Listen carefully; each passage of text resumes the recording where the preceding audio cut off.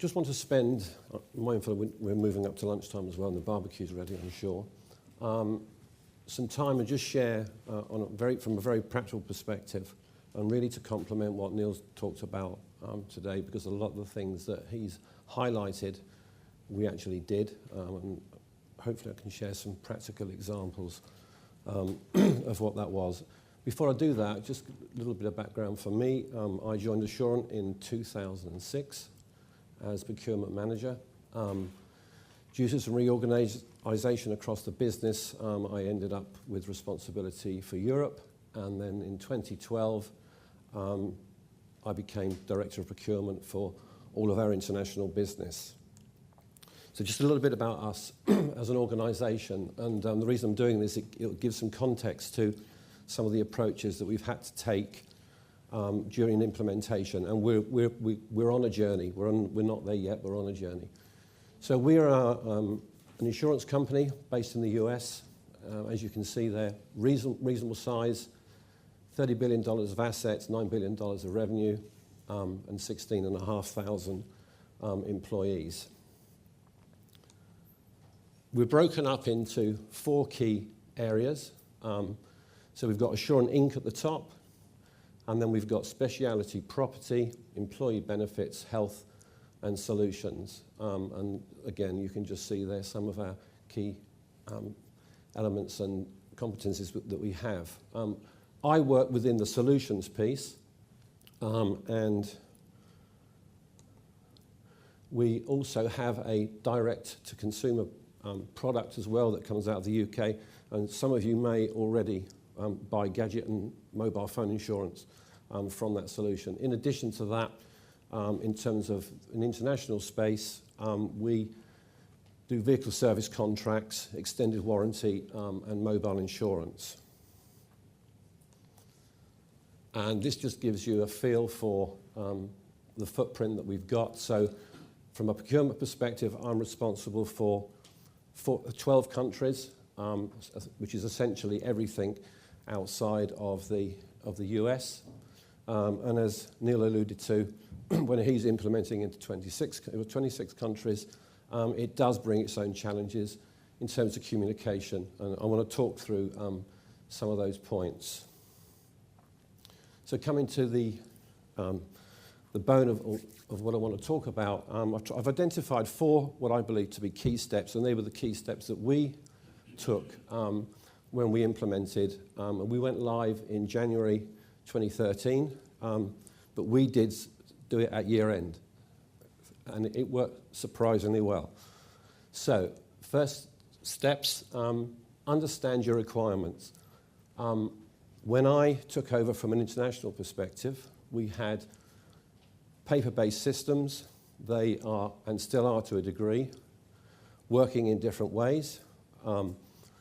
We've got all types of people across the business using it. And what we wanted to do was go to market and research and find a solution that would give us what we were looking for in terms of delivering a consistent purchase-to-pay solution. Now, we run on Sun Systems, like I'm assuming everyone here does as well.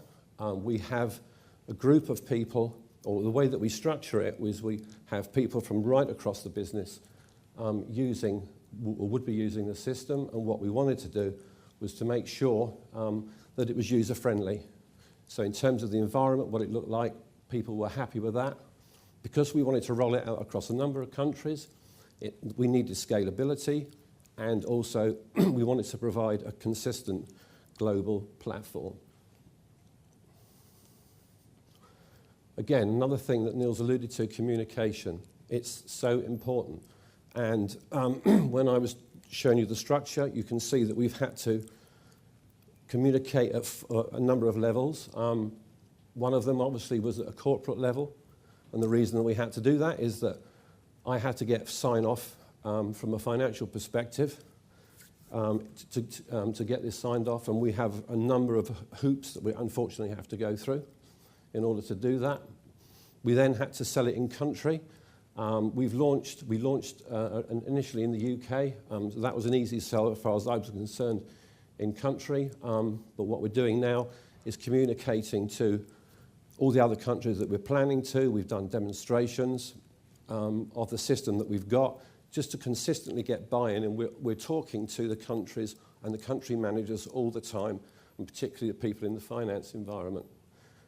And then in country, we need to be speaking to the management, and again, we're defining all the benefits. So the benefits for them is that they've got control of their own destiny, they understand what they're spending, and they've got improved reporting.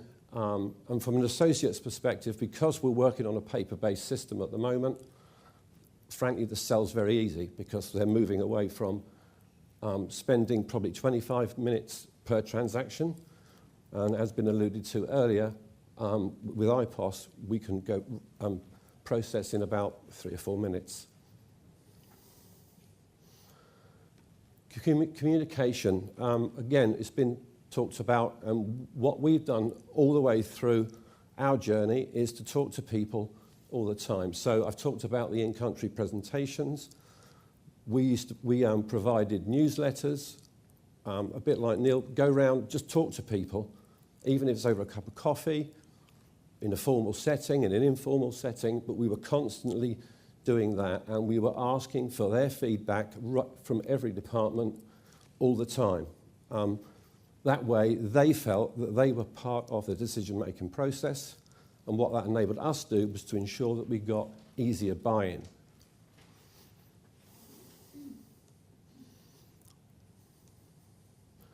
So, key steps, the next phase, planning. What we decided to do was to build some internal capacity. And because of the way we're structured, our data centers are based in the US, in Atlanta and Miami. And thankfully, locally, I have a knowledge expert in Ravi who's here today. And he manages the implementation, and the US teams manage the installation of the software. What that does for us, or what it did for us, and it could do for you if you chose to do the same, was it reduces our costs for implementation. So not just the initial, but if there are upgrades to do, we can do 90% of the work ourselves in-house. And we then engage with PA and Infor just to make sure everything's sense checked. Our operating model, as I said, is that we set it up by department, and we had all this planned before we started the project. So we have requisitioners in each department, and then obviously subsequent approvers. And we also ensured that the approval matrix that we decided to put into place was signed off and approved by the board. So all these steps were in place before we started. And then the final one was the item catalogues. Because we were paper-based, everything was on spreadsheets, and we had about 1,500 different types of items. By engaging with each of the departments, we reduced that down to 150 very high-level generic items linked to specific GL codes. And then we broke them up into department catalogues. So there were generic ones for general things like training, and then there were specific ones for departments. And we basically planned and put all of that in place before we even started. Then on to implementation. First thing we did, which you obviously should do in all these instances, we had a very detailed project plan that we put together, and we got the business to agree, again, communicating with the departments so that they knew exactly what was going on, giving them weekly updates. And then we did something slightly different, apparently, than has been done in the past in terms of what PA have done in terms of implementation. We had a core project team, which was myself, Ravi, and a couple of other individuals. And what we did is we spent a day or a couple of days training so that when we got to the design workshops, not me specifically, but Ravi and others, the technical people, knew exactly or had a much better idea of what was required when we were going through the design workshops. Then obviously there's the system build. And then we moved on to UAT, and we got the business, the departments, to participate in what should be included in the worksheets for UAT, and then we got the departments to do the UAT right across the business. So we didn't just sit it in finance or another department. We got everyone participating and making a contribution. And then over, I think it was a 2-week period, we had a number of people, PA come in and make the amendments that we needed to do. In terms of training, we did the training. We had 64 users initially. We did the training on the day we went live.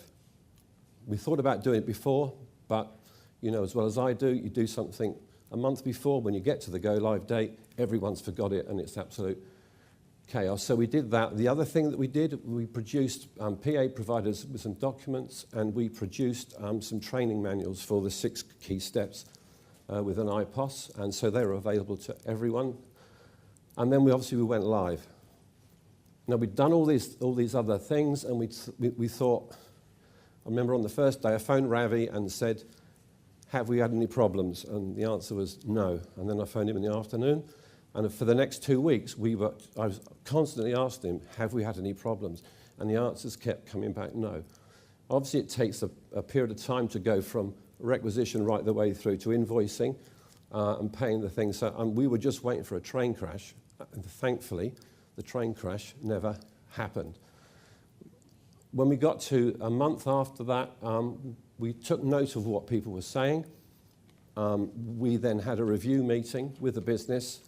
We made some key decisions on some changes that we need to make. We communicated that out to the business and made those changes. And thankfully, I think I'm right in saying, since then, which was the end of January 2013, we have not had any problems. We're currently, due to an acquisition, implementing the same system with the same approach into a new office in Crewe. And towards the end of this year and next year, we'll be rolling out across the whole of Latin America. So next steps. Obviously, as I said, we want to implement iPOS across our footprint. We work with PA, and I do in particular, to develop system enhancements, and I'd encourage you. Try and have constant conversations with PA, just to carry on the dialogue. Because when you're talking and I'm brainstorming, it's surprising what comes out of that. And then we bring those enhancements on. So that there have been a number of enhancements that obviously have been discussed today that are really helpful, and we'll be carrying on taking discussions on those. We'll have discussions on those, on how and when we can implement those. So in conclusion, from our perspective, why are we able to work with and work with PA? They continue to provide us and you, I'm sure, with the support in order for us to embed this solution across the whole of our business. They do listen seriously to comments, and again, Deanne alluded to that earlier. She wants to hear the feedback on the expenses module. They're committed to support and develop iPOS in the long term, and again, comfort from our perspective from Infor, the fact that they've committed to do the same, so that gives us a lot of comfort. They develop in such a way that as we move forward, the changes that we implement in the business are seamless. So from an in-country perspective, they're happy if, when we make changes, there's no disruption to their business, because if there's disruption, then that costs money. And the other one, which again is important, the ability, because as the product author, they've worked with us and they work with Sun Systems when we're working on various implementations, upgrades, wherever that is around the globe. And we've got there, they go the extra mile. They're also actually quite nice people. So with that, I've come to the Q&A. I've had the opportunity to do a couple of reference calls for PA. One of them was with Gronya, who's sitting there. That was September time last year, and I was talking to her today. She found the discussion that we had helpful, which was good from my perspective. And they went live, and fingers crossed, it's all moving in the right direction. So I'm quite happy to take questions. What's the time? Now, or... We've got about 5 minutes to kill, so either quick Q&A or walk around the gardens. They're not quite ready with the food. Okay. So if you've got any questions, I'm quite happy to answer them. And in addition to that, if you want to talk separately afterwards, then I'm quite happy to do that as well during lunch. What sort of additional features did you have put in? No, we just took the standard package. Right. No, but you were saying you were asking for developments as you went along. Well, obviously we are going to need multi-language capability because we operate in Argentina, Mexico, Chile, and Brazil. So that's Spanish, Portuguese. Can English. I help with that answer? Yeah. We're working closely with Assurant to help them address the needs of their rollout and also obviously bring that in as a standard piece of functionality in iPOS. So the plan at the moment is that we are actually bringing in user-level data dictionaries. So in the current iPOS environment, you do have custom labels, which allows you to, in effect, change the name of the various fields on the screen and that sort of thing. But it isn't universal across all function and activity within iPOS. And what we're doing is looking to expand that custom label functionality in a way that will allow various user groups and group profiles within the system to have their own custom labels. And this means that we'll be able to deal with multi-language capability for different user groups, different countries on the screen. It will slowly scale forward as to how much we can do there. And I'm looking at Deanne because I don't want to go anywhere that I'm not meant to. And additionally, there will be obviously enhancements around Sun Systems 6.2 in support of the way that Sun is going to be Unicode and supports multiple collations and things like that within the one Sun database, which obviously iPOS supports naturally as we go forward. So those are the sort of enhancements we're looking at currently, and obviously the type of thing that we're working with Assurant to help provide, and we appreciate their input in trying to help with that. And then obviously in addition to that, there are different tax structures in different countries and other financial regulatory requirements. So we just work through those. But it's just about the constant dialogue, which I think we have. Did Deanne want to add anything there? Or? No? I'll talk about it in the next. Okay. Any other questions? Yes. Did you have a transition period where people had to go from, the old I purchase, No, what I big need bang. to... We just said, we got to the end of the year, we were on a paper-based system. So I think coming up to Christmas, the office closed over Christmas, so that's good. So there was a quiet period. We just made sure that we told people that if there were purchasing requirements that were going to run through into the first part of the year, they needed to do it on the existing system. And then finance agreed that they would just manage that manually. But we did the training on the Friday, straight on the Friday as soon as we came back. We went live on the Monday. That was it. We turned the other system off, though. We just stopped access to it. An aggressive approach as well. Well, yeah, it was. I suppose it does sound aggressive, but because we'd communicated with people, because they were part of the decision-making process, or at least they thought they were, well, as long as you listen, as long as you listen, you take. There's give and take and all of these things, but the bottom line is the majority of the stuff you probably ignore, but there are a few things that you take on board, but they feel they're part of it. So if they feel they're part of the implementation, the decision-making process, then they've bought into that. So when we went live, they were happy. Not that we didn't know that in the first 2 weeks because we were waiting for the train crash, but as I say, it never happened. But we just went big bang, end of the year, went live. It was good. Any other questions? Over here.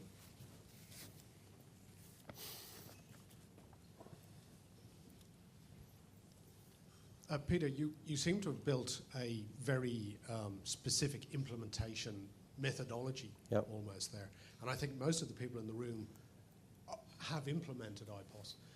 What is probably facing, what people are facing for the future is upgrades. Do you think that methodology would apply to an upgrade? Yes, in principle, yes. Not all of it because it's not a brand new, implementation. But if you're talking about upgrades and the like, absolutely. So the bulk of what we do, we would apply the same approach because, to our surprise, it actually worked. So we were pleased with that. Why would you change anything? And we're doing exactly the same now, as I said, across the other countries. So we're starting that dialogue, and then when the business is ready, we'll roll out iPOS. The good thing is, in terms of buy-in from each of the countries, because culturally they are all different. The demonstrations that we've done have built a lot of bridges. We had another one 3 or 4 weeks ago. Again, that's the second time they wanted to see the solution. So we just keep engaging the business all the time, along the lines that I said, so that when we're ready to go, we know we've got their commitment and buy-in. When we get down to the detail in the countries, it might be slightly different, but at the moment it's okay.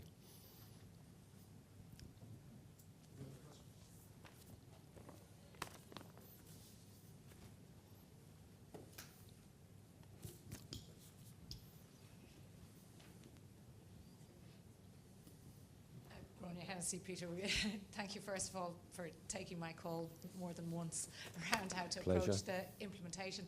But I suppose we're now just we implemented 3 weeks ago, and I'm in that first phase of lots of questions, lots of issues with getting the users to adapt to using the system. Would you have any advice for me on that in terms of how to? When we spoke to the people, we communicated, but we're still finding people are, ring us saying, oh, well, it's not exactly what I thought it was going to do with this type of item. How to deal with that in terms of ongoing? Do you keep communicating? It's difficult. You've got to listen to what they say. What we tend to do is give them something, but not everything, so they feel they've got something, whatever it is. We don't give it all, because you can't set these systems up and run a business by committee. You have to make some key and hard decisions. But that's what I would do. I would just keep talking to them, give them a little bit, take a little bit away. I can suggest something else. Chris Stoyanov, you've got an iPOS sort of mini user group within your organisation. That's a good idea. Would you mind giving us a little example of that? Yes, hi, I'm Chris and I work for North Hertfordshire Homes. We've got iPOS for a year now.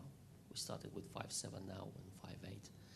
We've got about 120 users, and it was, in effect, a little bit of difficult implementations because it took a very short period of time. And many of the users are struggling in a bit at the beginning with the functionality of the system. And what we decided to do is to have a user group for key members of the departments every quarter to present problems to the administrators. And we try to find the best solutions, provide them with notes, even video content as well. But still, even a year later now, it's many users still struggle to deal with basic functionalities for the system. But such a steering group actually helps these key users to understand what exactly they need to do in situations where people are struggling with basic functions, instead of calling the help desk or the administrator for the system. And I am one of the administrators, and I can tell you that sometimes you just close your eyes on the phone and try to picture exactly what you need to do for them. And something like that is very useful. You can actually provide detailed information on these steering groups and tackle specific problems, which may be sometimes very basic, but it helps people gradually. And as I said, it's still a year, but... That's good. Got your answer there, Gron. Yeah, I have one question for you as well.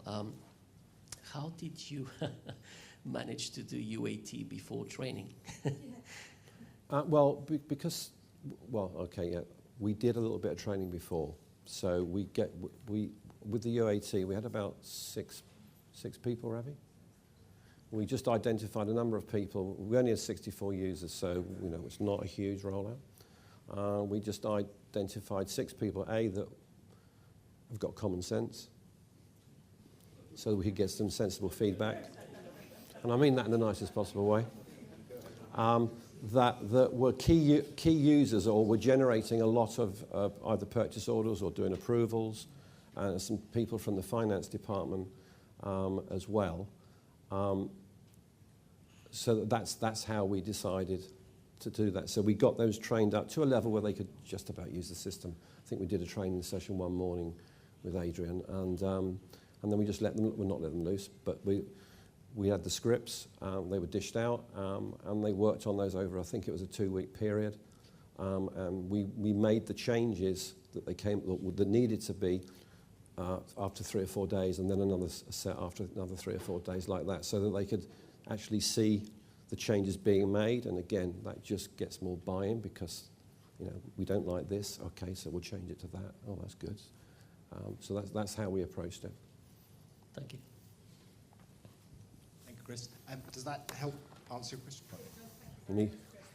I think it is very much to do with that ongoing change management. It's the communication and all the various methods of that communication, and accepting that there are going to be continual changes and involvement over time to try and optimise where people are at. But it is hard dealing with large user groups, and I think so. Good luck.